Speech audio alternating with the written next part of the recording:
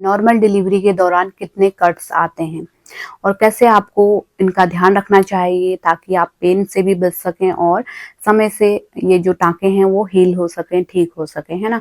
कोई इन्फेक्शन ना हो। कई बार महिलाएं जो है ध्यान नहीं रखती हैं तो टाँके दोबारा सिलने की आवश्यकता पड़ती है क्योंकि वो खुल जाते हैं या फट जाते हैं, तो यहाँ पे महिला को दोबारा हॉस्पिटल जाना पड़ता है और दोबारा वही दर्द सहना पड़ता है। तो काफ़ी हेल्पफुल वीडियो आप लोगों के लिए होने वाली है, लास्ट तक जरूर जुड़े रहें। तो देखिए, अगर आपकी पहली बार डिलीवरी हो रही है तो यहाँ पे 4 से 5 टाँके आपके आ सकते हैं अगर बच्चे का वजन 3 किलो या फिर 3 किलो से ज़्यादा है ना? तो 4 से 5 मैक्सिमम टाँके आ सकते हैं। 3 से 4 भी आ सकते हैं अगर बच्चे का वजन 2.5 किलो 2 किलो इस तरह का है तो, है ना? कम वजन है तो 3 से 4 टाँके भी आ सकते हैं। ज़्यादा से ज़्यादा 4 और 5 टाँके आपको आ सकते हैं अगर आपकी पहली बार डिलीवरी हो रही है तो। क्योंकि महिला की पहली बार डिलीवरी हो रही होती है तो योनि मार्ग ज़्यादा खुला हुआ नहीं होता है, तो यहाँ पे जो है ज़्यादा टाँके आते हैं।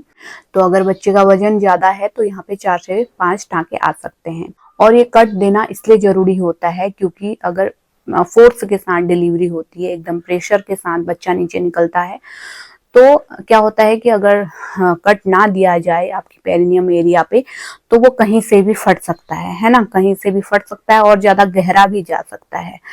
तो वो आपके लिए सही नहीं होता है, उसमें आपको ज़्यादा टाँके आते हैं, ज़्यादा दिन लग जाते हैं ठीक होने में, है ना? तो इसलिए आपको ये कट दिया जाता है ना? तिरछा कट दिया जाता है ताकि आपको प्रॉब्लम ना हो। ये कट ना दिया जाए तो फोर्स के साथ जैसे बच्चे की हेड की डिलीवरी होती है, सिर निकलता है, तो वहाँ पे जोर लगने के कारण जो है आपका गलत जगह से भी फट सकता है ना? जैसे जो आपका वेजाइनल होल है ना? आपका योनि मार्ग है और नीचे आपका पोटी का रास्ता है, वहाँ तक जो है चीरा लग सकता है और तो ये बिल्कुल सही नहीं होता है, इसको हील होने में भी टाइम लगता है ना?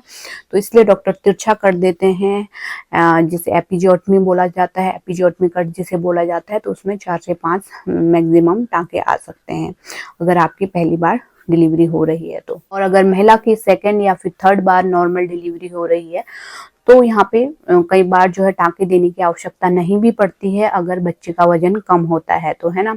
अगर बच्चे का वजन ज़्यादा होता है, 3 किलो से ज़्यादा होता है, तो सेकंड डिलीवरी में भी आपको सेम उसी तरीके से कट देने की आवश्यकता होती है ताकि आपका अलग जगह से टियर होने से बच सके, ज़्यादा गहरा जो है कट जाने से बच सके, है ना? तो इसलिए ये कर दिया जाता है।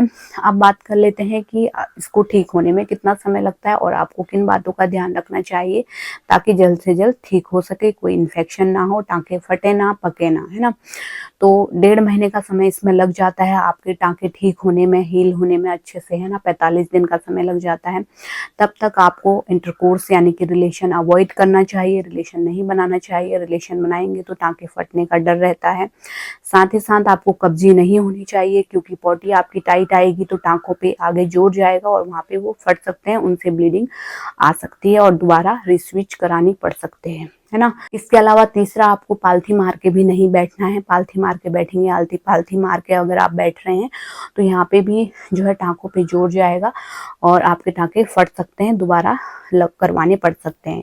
आप आगे के साइड सीधे पैर करके बैठिए। बच्चे को ब्रेस्ट फीड करा रहे हैं या फिर वैसे भी आपको बैठना पड़ रहा है तो सीधे पैर करके बैठिए या फिर चेयर पे आप बैठ सकते हैं। इस तरीके से आपको बैठना है ताकि टाँकों पे जोर ना जाए। बस आपको नॉर्मल पानी से धोना होता है, अच्छे से साफ आपको डेली करना होता है ताकि कोई भी गंदगी वहाँ पे ना रहे, बैक्टीरिया वहाँ पे बढ़े ना, इन्फेक्शन ना हो, है ना? इसलिए आपको समय समय पे अपने जो पैड हैं वो भी बदलते रहना है। उस एरिया को ज़्यादा गीला रखने नहीं देना है ना? ज़्यादा लंबे समय तक आप पैड गीला रखेंगे तो वहाँ पे जो है बैक्टीरिया पनप सकता है और वहाँ पे आपको फिर इचिंग की प्रॉब्लम, इन्फेक्शन, रेडनेस, है ना, पस भरना, ये सब हो सकता है। इसके अलावा आप सिस्ट बाथ भी ले सकते हैं। सिस्ट बाथ में आपको जैसे टब में पानी ले लेना है।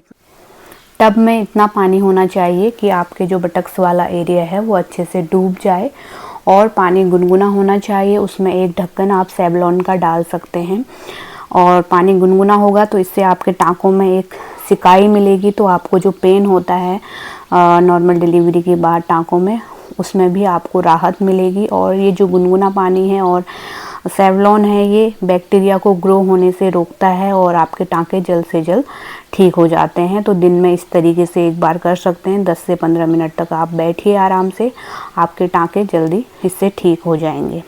तो उम्मीद करती हूँ आप समझ गए होंगे। इसी तरह के हेल्पफुल वीडियो देखते रहने के लिए चैनल को सब्सक्राइब कीजिए, वीडियो को ज़्यादा से ज़्यादा शेयर कीजिए ताकि और भी महिलाओं की हेल्प हो सके। Thanks for watching.